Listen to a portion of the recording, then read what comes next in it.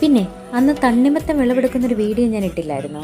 അപ്പം നമ്മുടെ ബാക്കിയുള്ള പച്ചക്കറി കൂടെ ഒന്ന് കണ്ടാലോ? ഇത് നമ്മുടെ അവിടെയുള്ള ബാക്കിയുള്ള തണ്ണിമത്തനൊക്കെയാണ്. 2 ടൈപ്പ് ഉണ്ട് നമ്മുടെ വീട്ടിൽ. അത്യാവശ്യം നല്ല രീതിയിലുണ്ടായിട്ടുണ്ട്. വലുതുമുണ്ട്, ചെറിയ ചെറിയ കുഞ്ഞു കാകളായിട്ടും കിടപ്പുണ്ട് കേട്ടോ. 2 ടൈപ്പാണ് നമുക്കുള്ളത്. ഒരെണ്ണം പാകവെത്തി നിൽക്കുവാണ്.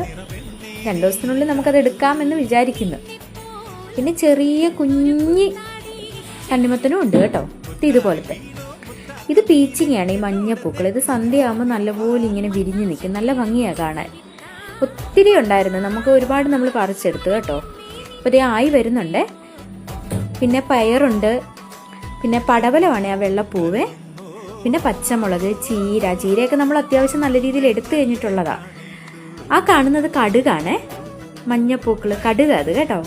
പിന്നെ ഇത് പപ്പായ, ഇത് മധുരക്കിഴങ്ങാണ്.